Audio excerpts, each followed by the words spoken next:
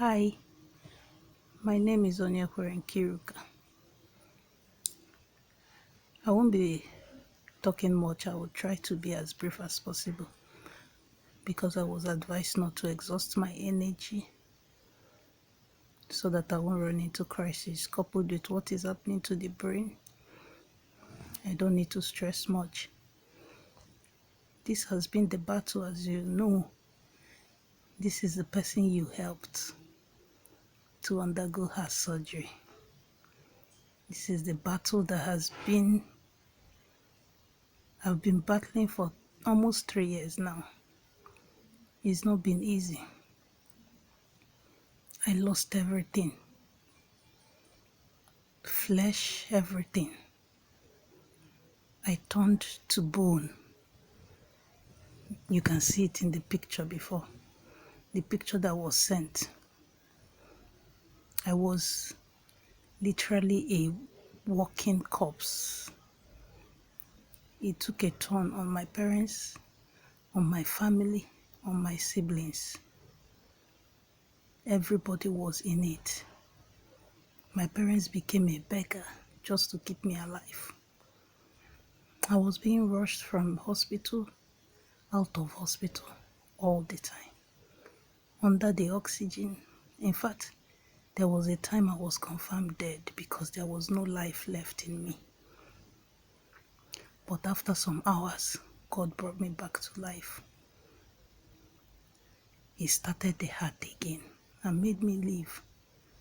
I deteriorated all to the point that I had stroke attack 3 times.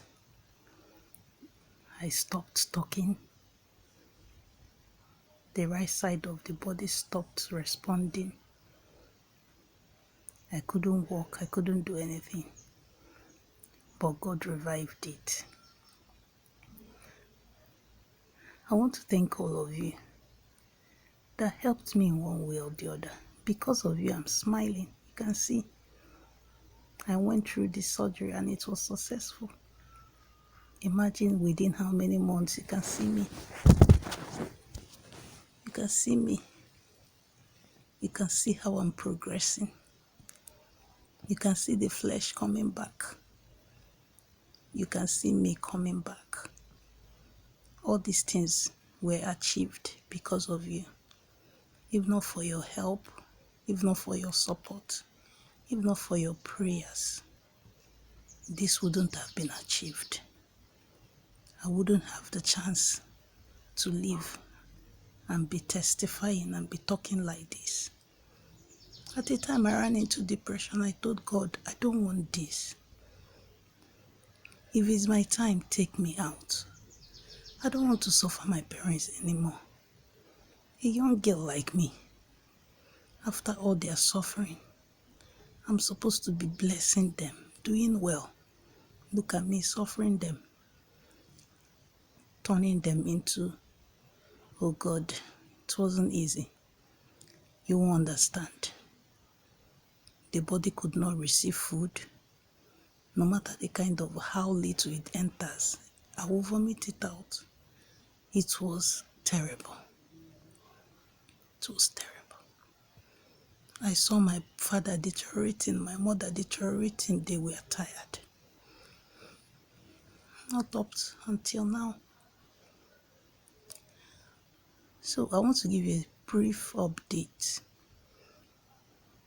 After the surgery, it was successful, but I had little complication. And I started bleeding from morning where they removed the chest tube from the lungs. I started bleeding from morning till night. And the next day I couldn't get myself. I ran into seizure. I was told I passed out for 1 hour, 30 minutes.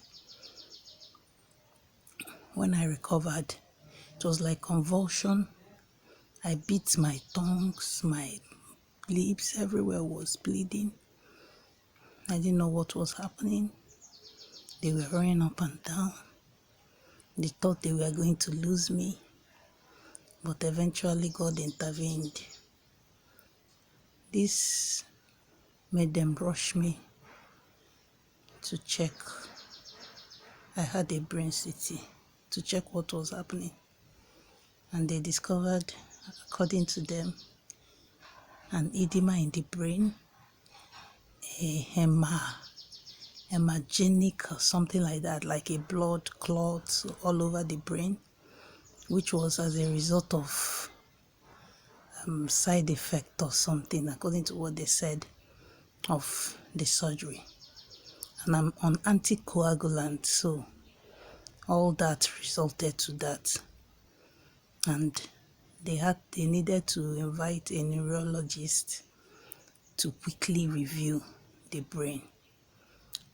But because we were exhausted, already what we are counting, what we have spent over 11 to 12 million. It was massive. We have exhausted our funds, and we still have post-operative, spending to do, and we didn't know what to do, and we can't come out again and begin to disturb people because this is a pandemic period and a lot of funds are not, in fact, it's hard on everybody in the world. So we decided to tell them to bring it down to where we can afford. So they had to transfer me to Enugu to quickly address it and come back for checkup. So I was rushed down to UNTH. UNTH said they had strike and they couldn't manage it immediately and it's something of urgency. I was referred to Memphis, which is one of the best neurology hospitals in Enugu. They said they needed much, and they needed competent people to handle it because of my situation. I was praying and praying and praying. I got there. I spoke to them. They spoke to me. They told me what was going on. They explained everything. Initially, they said it was going to be something of surgery. And honestly, I was scared this time. I was tired. I told myself, how can I come out of heart surgery, a major surgery, and going over to brain surgery, another major surgery, within how many? I told God, what is this? And the money involved is running into millions. Again, how do we do this? How can we achieve this? At that point, I told God, I don't want surgery anymore. Do something. I need you to do something. Please do something. If you don't want to do something and it's my time, take me away and stop suffering people. And finally, the professor came down and said it was a dilemma. This is risky. Coming out of this and going into this. And the anticoagulant, how do we do it? If we stop the anticoagulant and go for this, it will result to internal bleeding, to stroke rather. If we say, okay, let's continue with the anticoagulant and go for this brain surgery, it will result to internal bleeding. So it's a dilemma, it's risky. We might eventually lose this patient. So what we have to do is keep our fingers crossed, pray, use medication and investigations, periodic investigations, and see if the body can absorb it naturally with the medication so that she will be fine. Yes, it requires fund. We've been spending. The investigations, you know what it is, they'll tell you, do brain MRI, do CT, do this, and all those things. By the time you finish the investigation, you're spending over 200,000, and the consultancy fee, everything is running into millions. And coupled with the fact that I'm seeing a private cardiologist, advised by the surgeon that I need a private cardiologist that will be monitoring the heart, since I just came out of this thing, out of the surgery, till I come back, they will now give me final checkup, check me, and they can now transfer me to any government or cardiologist like QNTH to continue management when they are satisfied. So this is what is going on right now. Yes, but I'm happy I've started. I've started the with the neuro, and by the grace of God, the experience has not come, is no longer regular like before. God is intervening, but I thank God for everything. Everything. I know everything will be all right. I know everything will be all right. No matter, I know God will continue to provide fund for my family to continue this journey. It's not easy. And I want to thank all of you. And I say God will never leave you at the point of your need. Anytime you need Him, He will come. So I would like to show you a little of the scar. Initially, when I finished the surgery, my sternum was protruded out, very large, very big. But now, if you look at it, you find out that it's going back. It was like big, protruded. But now, it's gradually going in. And the scar is, you can see it. The scar is equally, resolving.